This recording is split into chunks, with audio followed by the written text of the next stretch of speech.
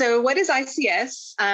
Incident Command System, or ICS, is a process framework for managing incidents and is designed to be flexible and adaptive for any size or type of incident. So remember that an incident can involve as few as one person, or it can involve an entire event. So it is, one of the nice things about it is that it is scalable. ICS is known as a systematic tool used for the command, control, and coordination of emergency response.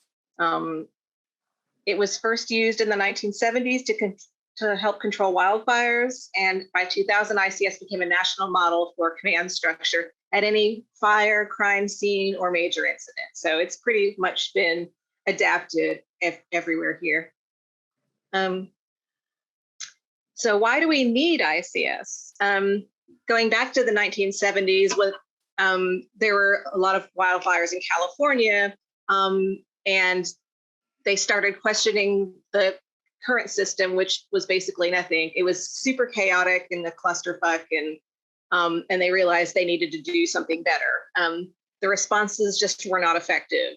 There was a lack of chain of command, lack of supervision, poor communication. You had, different departments and different organizations trying to talk to each other and work together.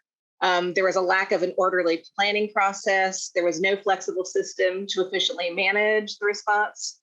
And there was no predefined way for the departments to work together. So it was a mess. So after those incidents, that's when people started getting together to try to come up with a system that could work across departments and organizations that everybody, could have this basic familiarity with. So that's why we have it. We use it because ICS is a nationally recognized framework, and it allows for standardization of training and protocols. It does provide organization structure and accountability during an incident. It enables efficient and professional cross-agency communication and collaboration. So outside of burns, you've got EMS, fire, rescue, law enforcement, any other county and state emergency responders. This is kind of their common language. And then when we adapted it for burn events, our departments are going to be rangers, medical, sanctuary, fire. So that kind of enables all our departments to talk to each other.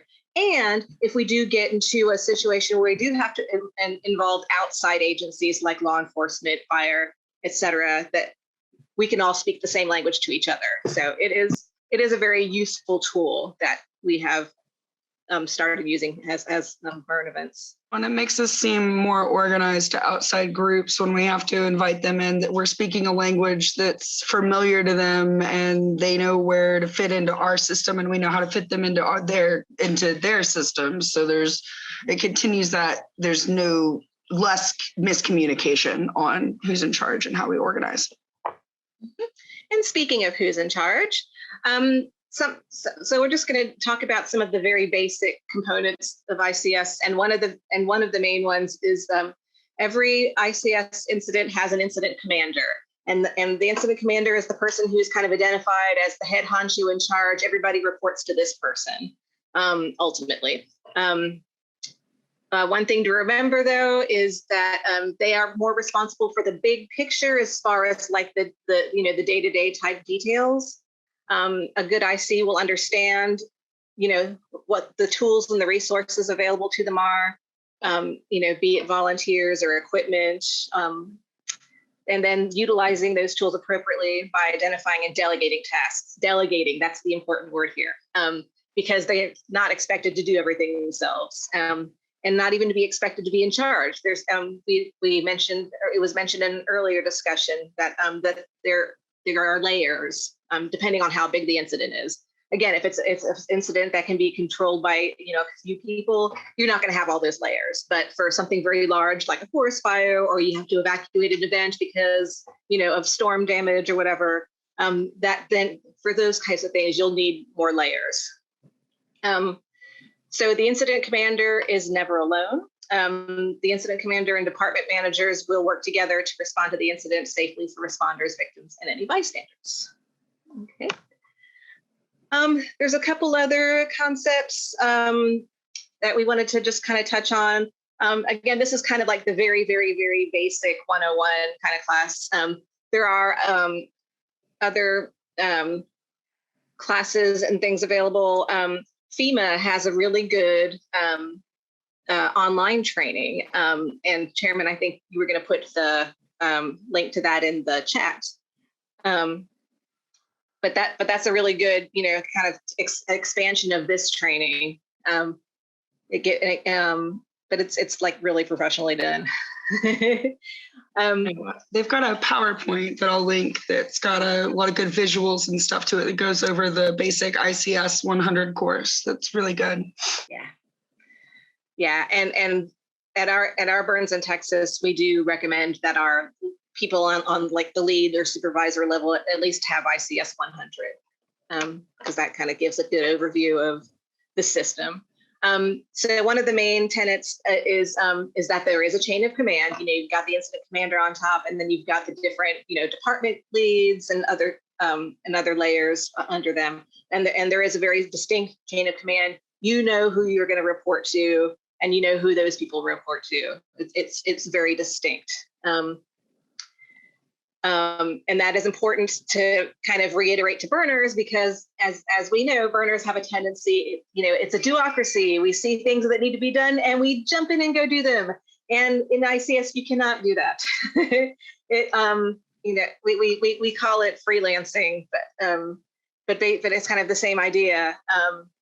It can be dangerous for people to just jump in and do things, because you don't know, if there's been a danger that's been identified, or if another team is actually going to take care of whatever you saw.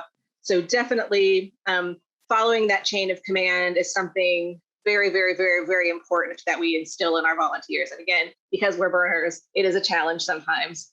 But yeah, it's not a do-ocracy. It's not even a democracy. It's a totalitarian government.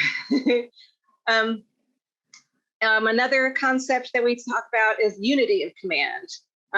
You only report to one supervisor. This is not where you have three different bosses.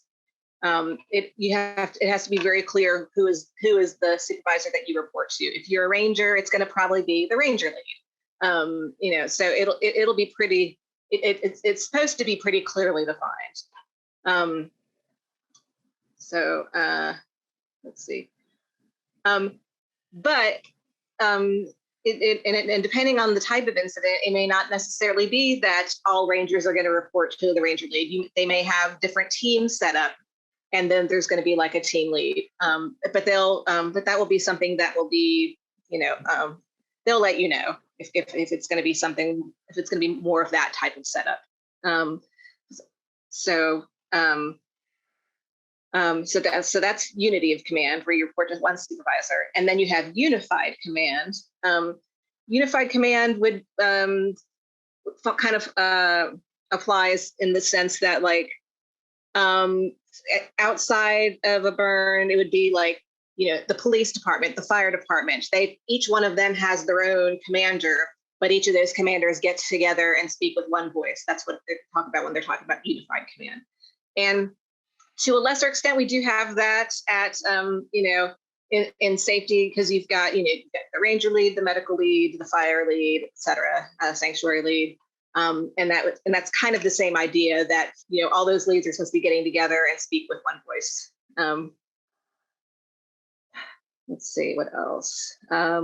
Span of control. This kind of explains a little bit why we have to have the layers, because basically the human brain cannot handle more than, they say, between 3 and 7 subordinates or things to do, or, I always kind of put that in the middle and say about 5.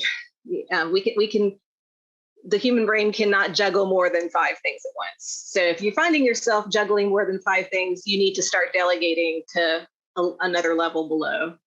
And that's again why we have those different layers, and we can rebuild them as needed. Again, just making sure that the things that you are tasked with is within your span of control.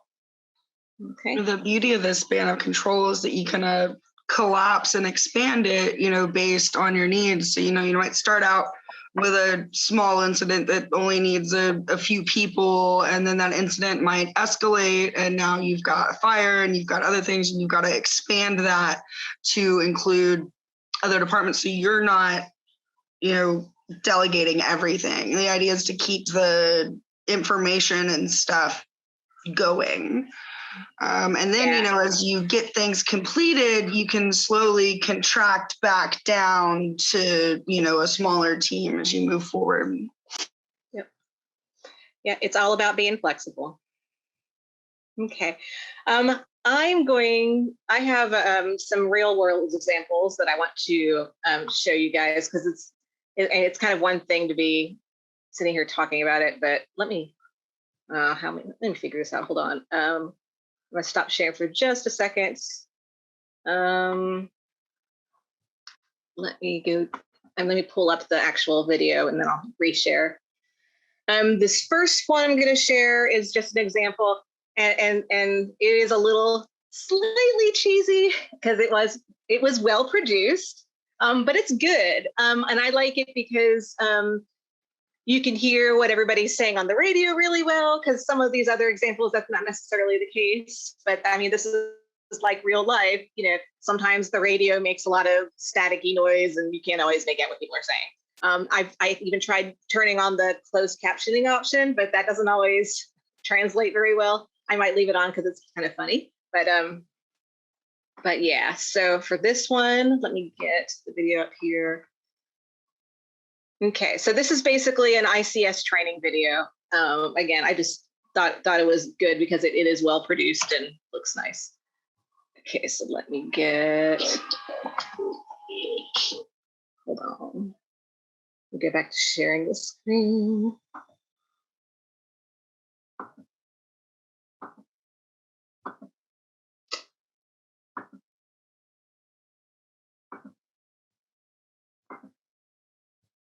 Okay.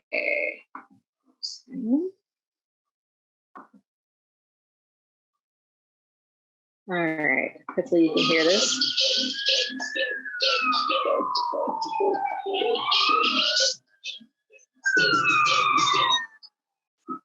Dispatch to fire and police units attending the NBA on Burnside Drive. Switch over to Mutual 87. EHS is on the scene and has command.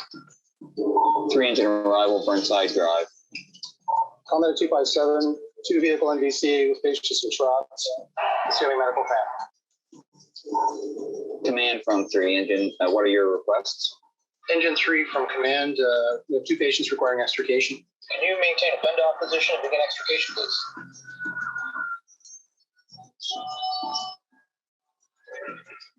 We copy fend-off position and vehicle extrication. 14 engine to command, arrival. What are the wishes? 14 engine, can you set up fending position and assist 3 engine with extrication, please? 14 engine 10-4, assuming second fend-off position and helping command with extrication.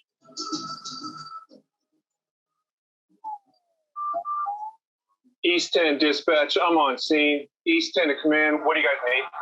East 10 to command, we have patients we're currently treating and extricating. Can you take over command for me? Copy. East 10's assuming command. Fire, can you guys stay in fend off course so we get these vehicles hooked, please? Contact command. I'll stay in fend off till vehicles are removed. Thank you. Okay, so I just wanted to show, this is a pretty good example of multi-department, several departments working together. Let's see. One of the things I'd like to point out from that video is that it was a good example of transfers of command. The people that were initially, on site, they told, the person that came on, hey, this is what we have going on. Can you take over incident command? We're going to continue in an operational capacity. Yep. Yeah, all right, let me get out of this. Also heard how short his assessment was. It was pretty concise and short. Mm-hmm. Yeah. I just lost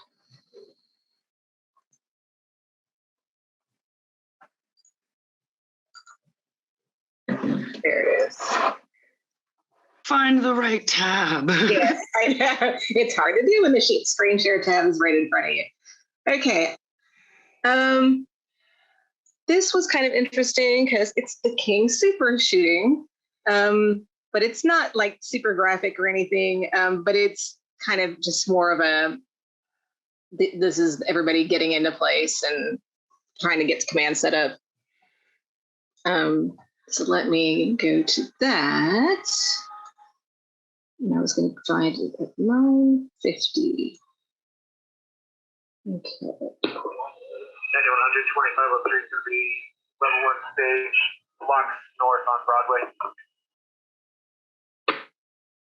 It is hard to hear some of these.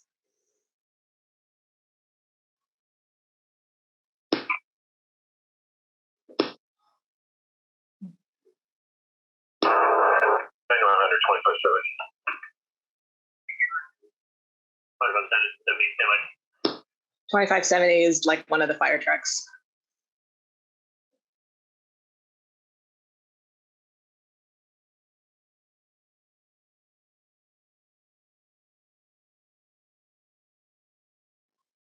I'm not hearing the audio. Here it comes.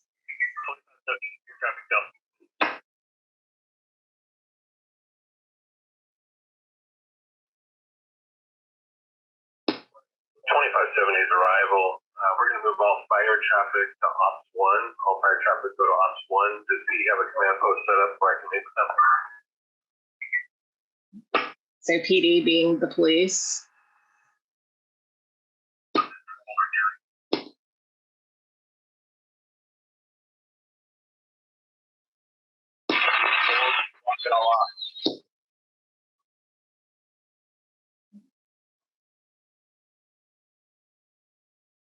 MR9, we're out at destination.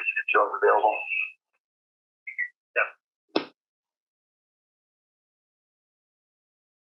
All right, sorry, that one's not nearly as good as I thought it was earlier. There was also I just and there's like a lot of examples of radio traffic that you can find on YouTube that are pretty interesting. There was one that was like radio traffic in the Bronx in the 70s, which I couldn't use because it wasn't using ICS, but man, that was like. The car's going to be coming down, looks like Ranch Road is also a canyon in that area. Look, path 3, and I'll give you more information there.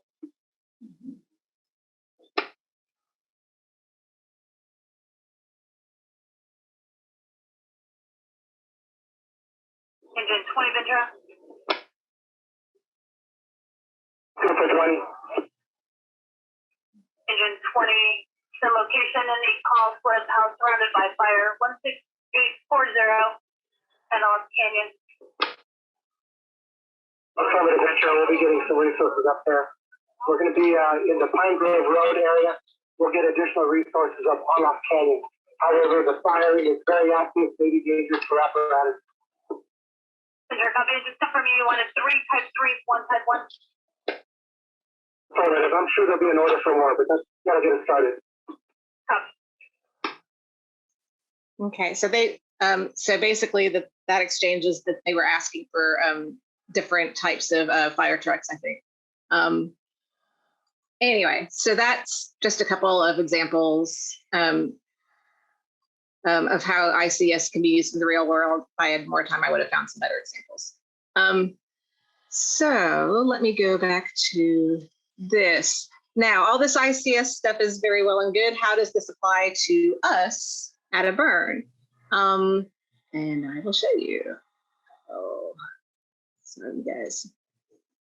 Okay. And this is basic, again, this training is kind of more for our very new to safety people. So we basically tell them, you know, if you take nothing else away from this, please remember this stuff. If you are near a radio and you hear ICS called, these are the things that you need to remember. First of all, step 0, be sober or come back later.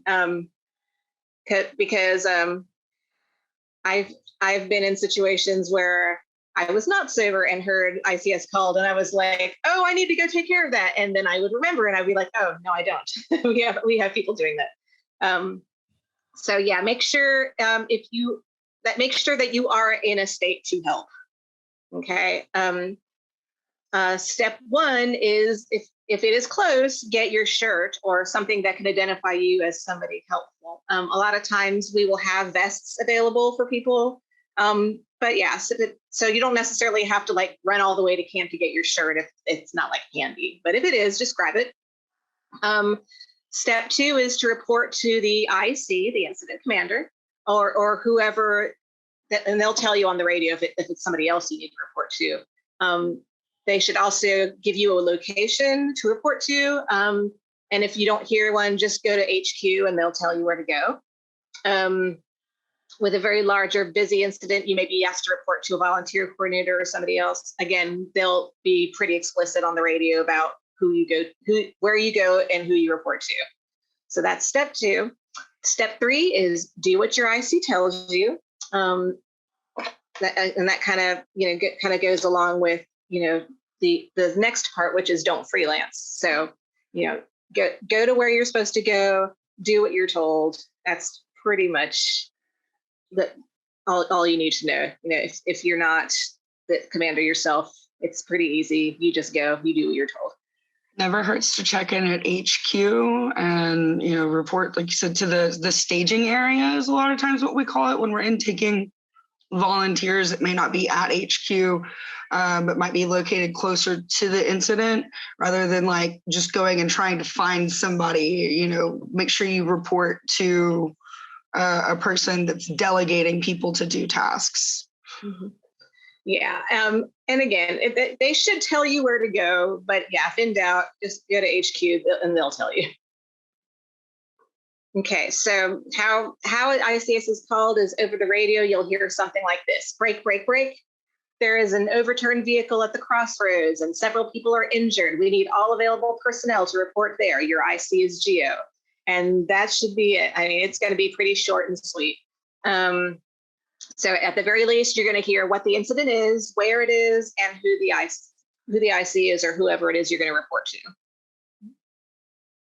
Okay. And look, the five-fold path is here again. And this is it comes in handy when you're arriving at any kind of scene, whether or not ICS has been called. Just the five things to remember. The number one is stop. Is my scene safe? Number two, what's going on? Number three, what do I have? Number four, what do I need? Number five, who do I call? It's a really easy model, if you can remember that, to utilize for all kinds of things. I've literally taught my nephew to report to me things using the five-fold path, stop, be aware, what is going on, what do you have, what do you need, and who do you call? And he'll make these little reports over the friendship channel for us. And it'll be friendship channel, this is danger D. Auntie Chairman has dove off the dock and scratched her arm. We need a Band-Aid, and I'm informing you. Yes. We used to, we've talked in our training a lot about thinking in ICS, and that's kind of the idea is because after you've done this for a while, especially you start seeing everything that way. It's like, oh, here's a pile of fire ants. What's going on? They're leaving their mound. What do I have? Nothing. What do I need? Bug spray. Who do I call? My husband, who has the bug spray. Okay, and then I also have an example from Burning Man. Again, I was just thinking of, how does this stuff apply to us? And this is kind of an interesting example. And some of y'all know this story, but in 2011, a man named Paul Addis achieved notoriety by torching the effigy days before it's scheduled to burn. The following recording is the radio traffic from Burning Man's Emergency Services Department. Notice the challenges with coordinating multiple departments over the radio for an event of 75,000 for this unplanned incident. Okay. Oops, let me get out of that.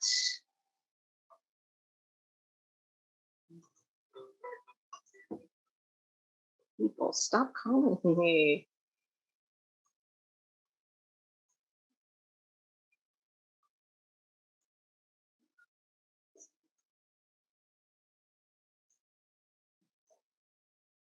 Yes.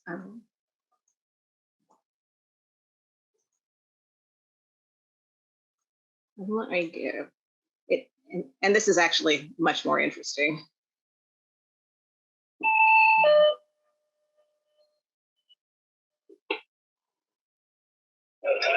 This is BlackRock. This is BlackRock. Full fire response.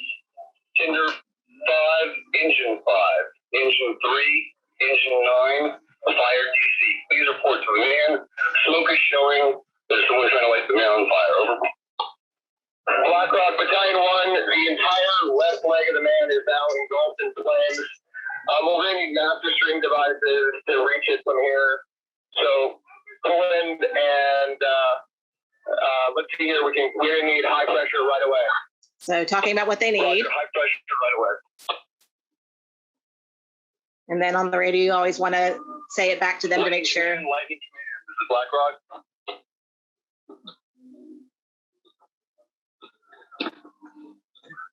And BlackRock, I believe, is dispatch. Lightning command. This is BlackRock. Lightning command, go ahead. Roger, this is a full response. The man, the left leg of the man is on fire. We need all tenders and engines to the man. Negative. The full response. We don't want to put everything here at this time. Right now, the left leg is fully engulfed, and now the main body is being lit. Roger, what units would you like to respond? Just a regular strike team with the battalion chief and the duty chief.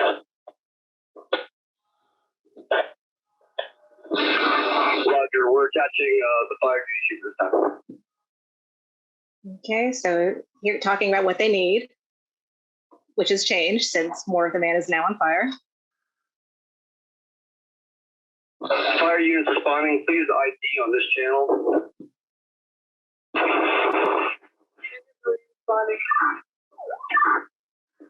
Go ahead, B1.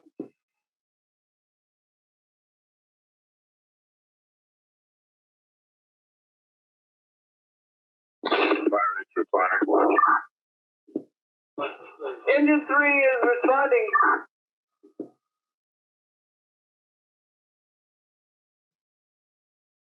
Engine 3 is responding.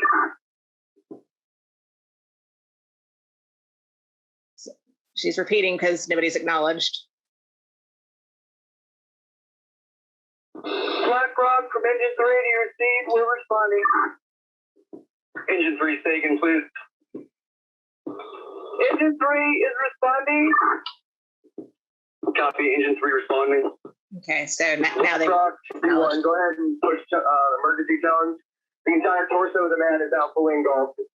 All the engines should be responding code 3. Roger. 9 on scene, 9 times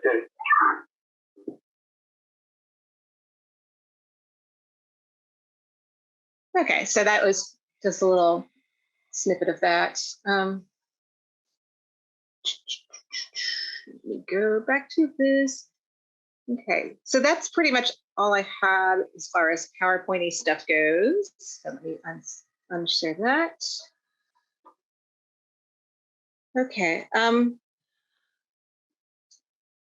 So how are we on time? We are doing great. Okay.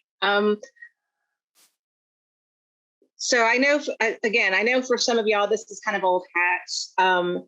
Is there, are there any questions or things that we need to talk a little bit more about as we're kind of introducing ICS to folks who are not necessarily familiar with it? We didn't talk about incident demobilization, which I feel like is just as important as opening the incident. Ah, yes. So what I've got another PowerPoint from the FEMA thing that I was poking through.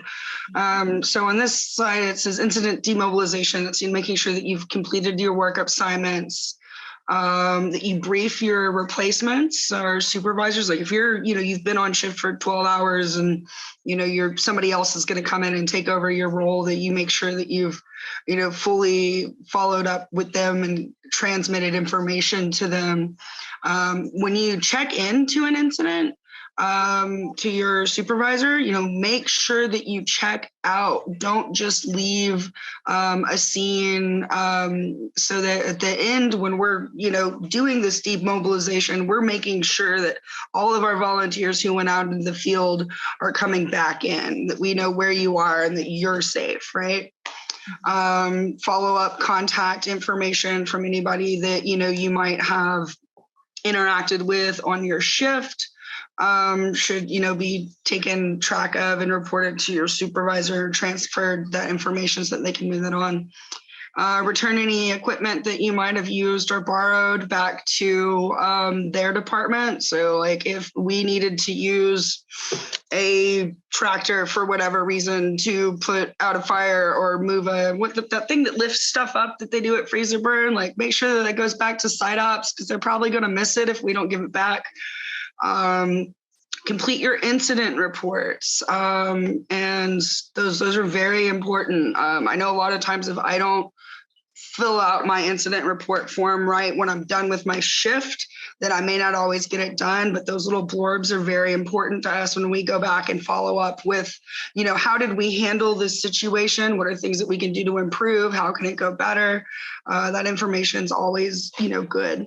Complete the incident reports and, resolve any following issues, which won't be most of y'all's problem. It'll probably go up to your board members and people in finance to cross all the T's and dot the I's, but please report in. Awesome, thank you. So yeah, I'm going to add a demobilization slide for future presentations. Okay. Anything else that we need to clarify or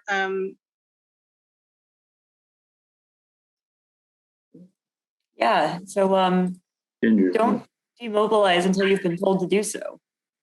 If you need to go for whatever reason, you need to check out, but don't leave your position that you've been assigned to until you've told someone and they've said it's okay. If you have a resource that you think doesn't need to be used anymore, don't just go give it back. Tell your supervisor, hey, I think we're done with this. Can I go give it back? One of the worst things you can do to an incident is demobilize resources before they're actually ready to be demobilized. It confuses everyone, and it's real bad if you need that thing later. All right, so don't leave before you are released.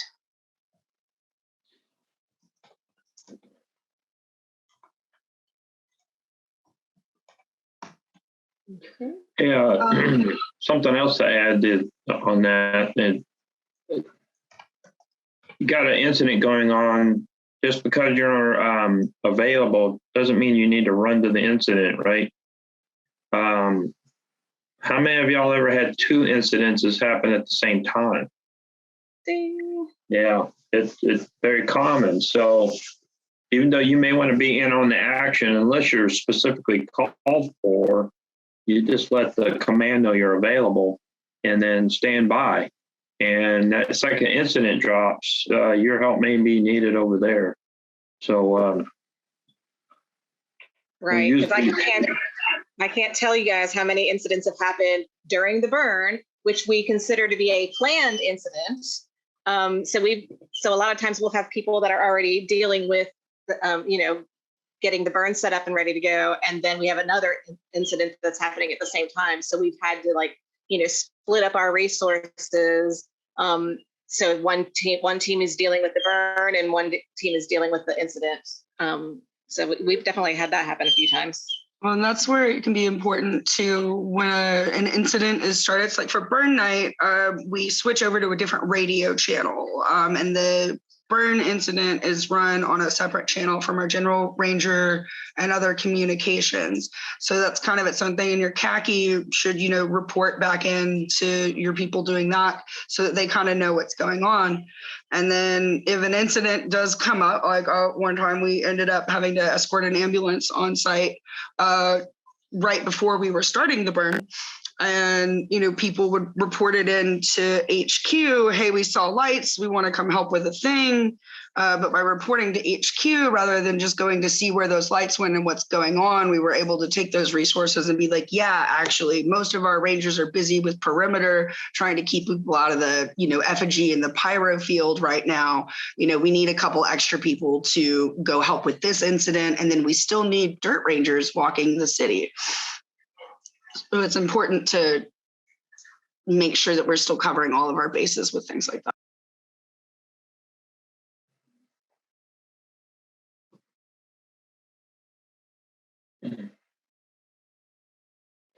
So for folks that have not had experience using ICS, or this is your first time to hear about it, is this making sense to y'all? I got one thumbs up, Nikolai. No, not everybody's screen sharing. Nathan, thank you.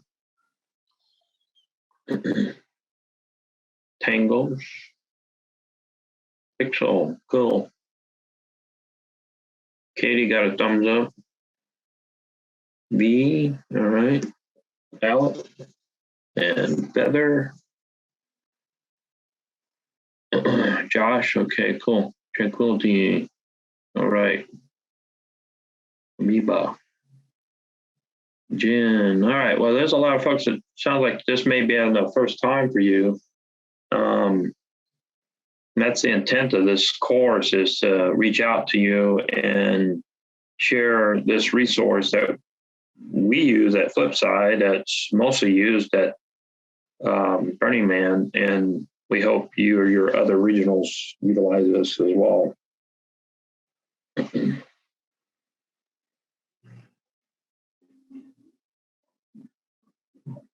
So also, is an easy way to lose a lot of your life online.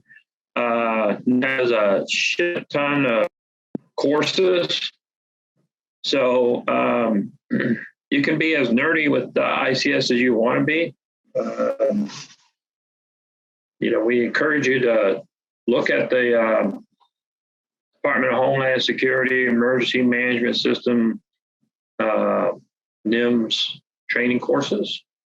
They have a lot to offer, some way out of bounds of what we do, but there's others that you might find helpful. So encourage you to go to that online resource and watch those videos, earn your certificate. You actually get a thing to put on the wall. It's been posted here a couple of times where to go, the link, and start your ICS career.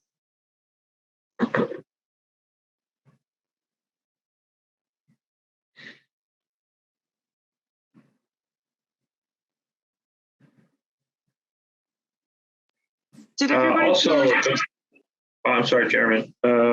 We don't go through the whole ICS course. The link online takes you to that, and you start with ICS 100. We don't try to emulate that in this safety side event. We just try to give you some highlights and touch on how we utilize it at our events for both planned and unplanned incidences.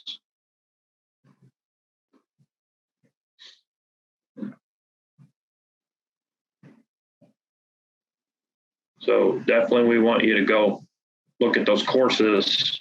You'll learn a lot more, and it does take some time. You can't get brain numb watching them, but try to think watching it how you apply this in your medics or Burns Without Border operations. A cleanup or being assigned to, some type of management at a hurricane. Some of you guys have done that. You'll use ICS resources. So try to think in that mindset as you're watching those online videos. It'll help.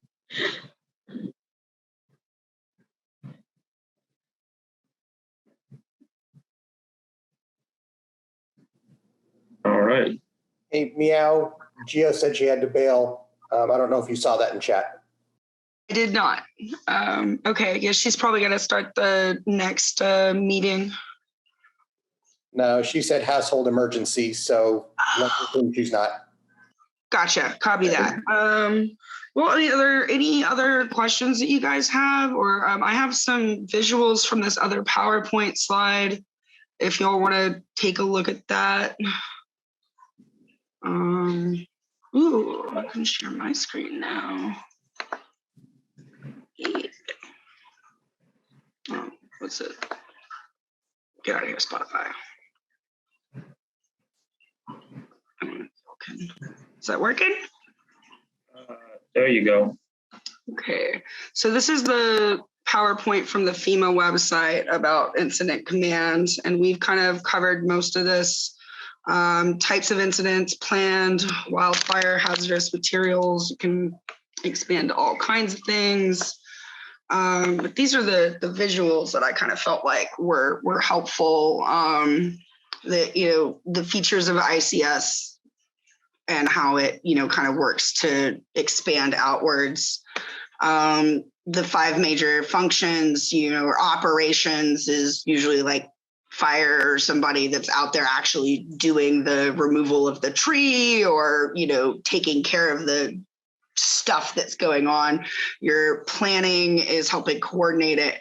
Your finance and administration is usually like your LLC and your board member, the person that's going to be interacting with any services that come on site or taking care of, any legal logistics.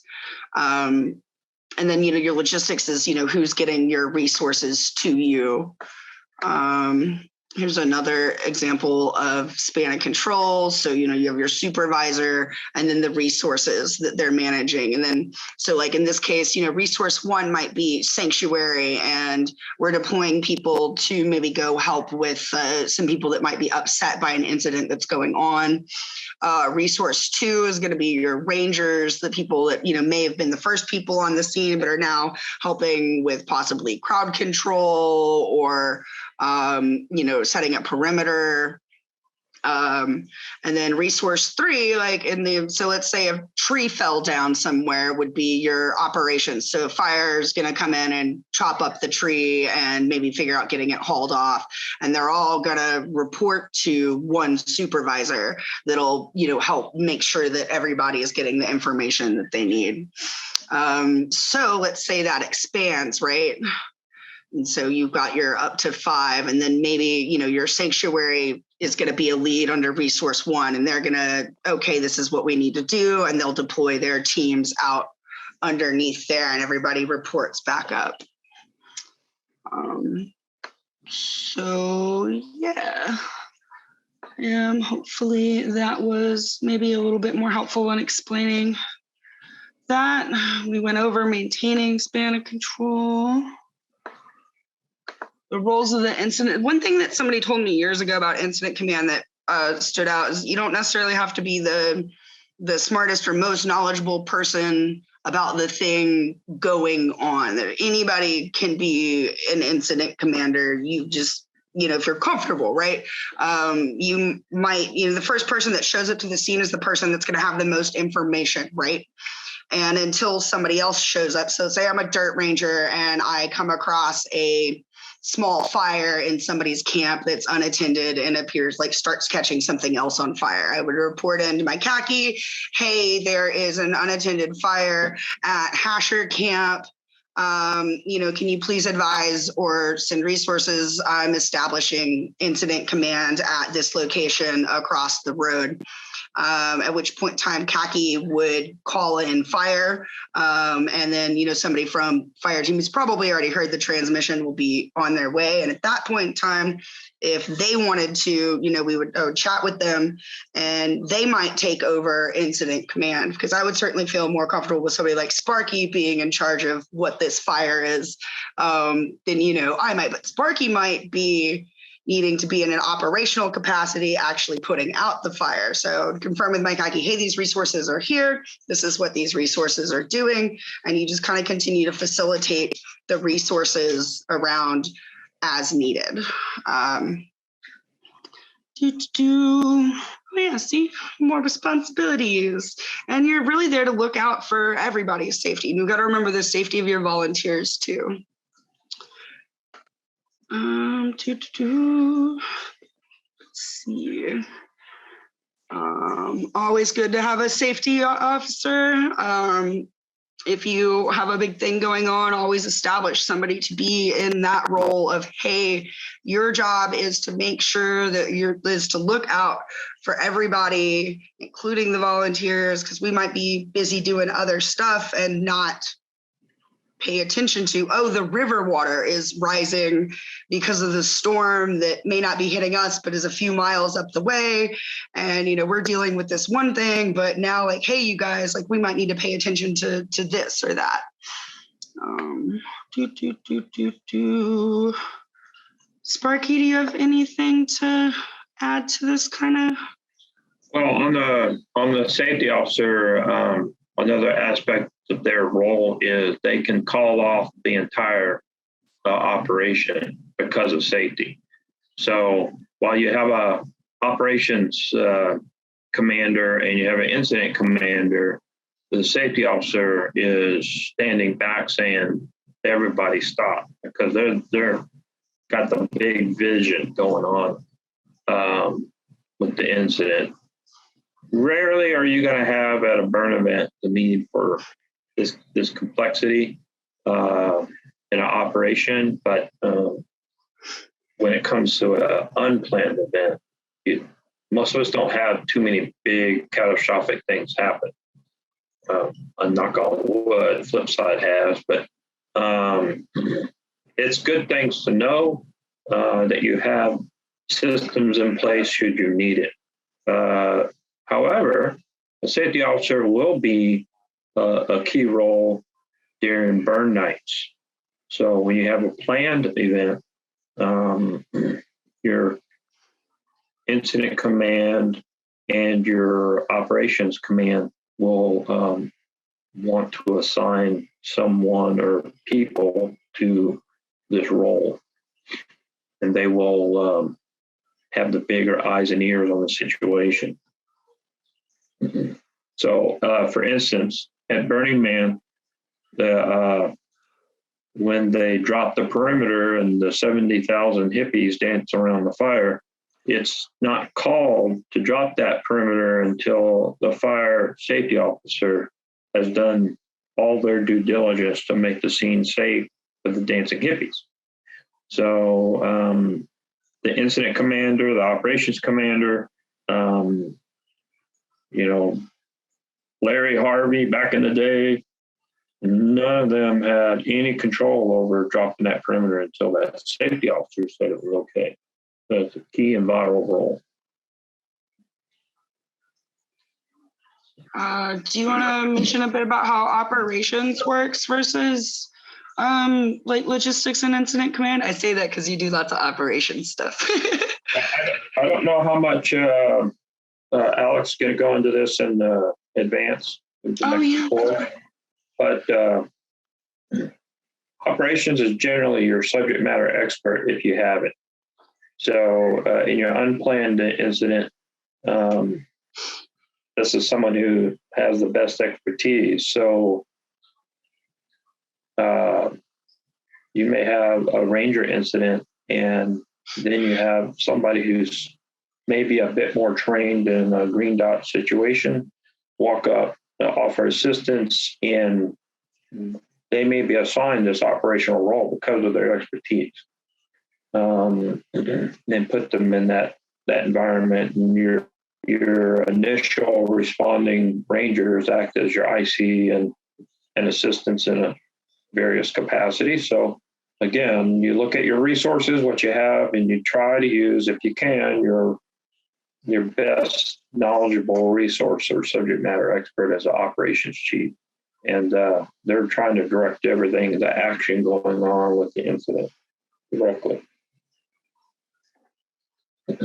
So in a ranger situation, as simple as, a little couple dispute and two dirt rangers show up, what would be a similar scenario that you would have where one person is operations and the other person is incident command? How do you divide that in a ranger role? Anybody got a suggestion?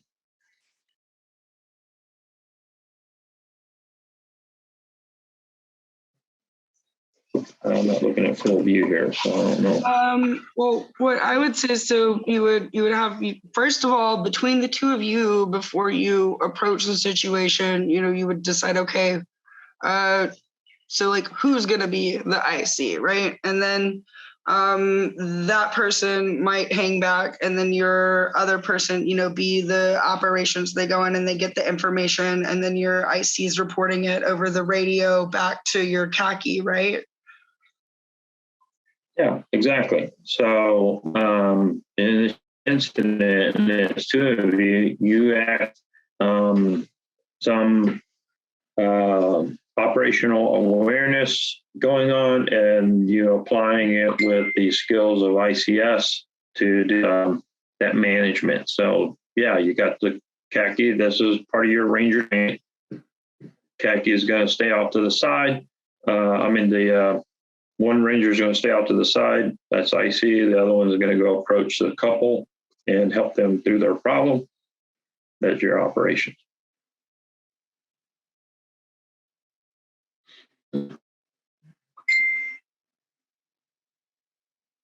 We're almost out of time here, and what advanced ICS is next, I believe. Are there any more questions or anything?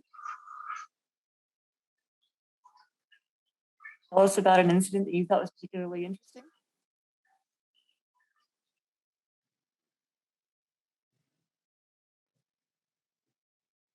I'm sorry, can you repeat that? It was hard for me to hear. Can you tell us a quick 3-minute story about an incident that you thought was interesting and how it was managed?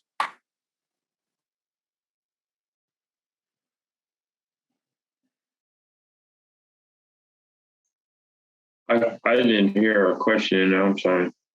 She wants a 3-minute story about an incident and how it was managed.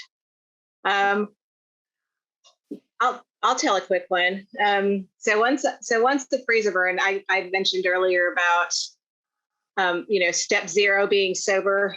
So my example that I used to illustrate that a little bit was that it was probably like 1 or 2 in the morning, and I was out with other safety personnel. We were all off duty, but as we do, a lot of us have radios because we don't necessarily know how to turn those off.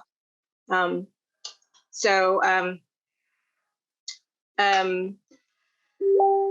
we get an ICS call, and it is they are doing a search for a participant who had been running around naked, and this is a freezer burn, and they were very concerned that he might get hypothermia if they did not find him soon, because he was a bit on the altered side, and not in his complete devices. So so everybody kind of dropped what they were doing, and we did, and they set up like a search grid to go find this guy. It turned, and this was one of those times where I said, I am not sober. I am in no shape to help with this, but I kind of, followed along, just in case, we were still having an incident later. And then by the time I sobered up, maybe I could help. But luckily they were able to find the guy after, I forget, it took like maybe about an hour or so to find him, because he actually was not on the property. As it turned out, he had somehow gone like through barbed wire fence, again, naked guy, going through the barbed wire fence, and they found him like resting in a cactus or something. But but they did find him, and they did get him to medical. So that's my quick story.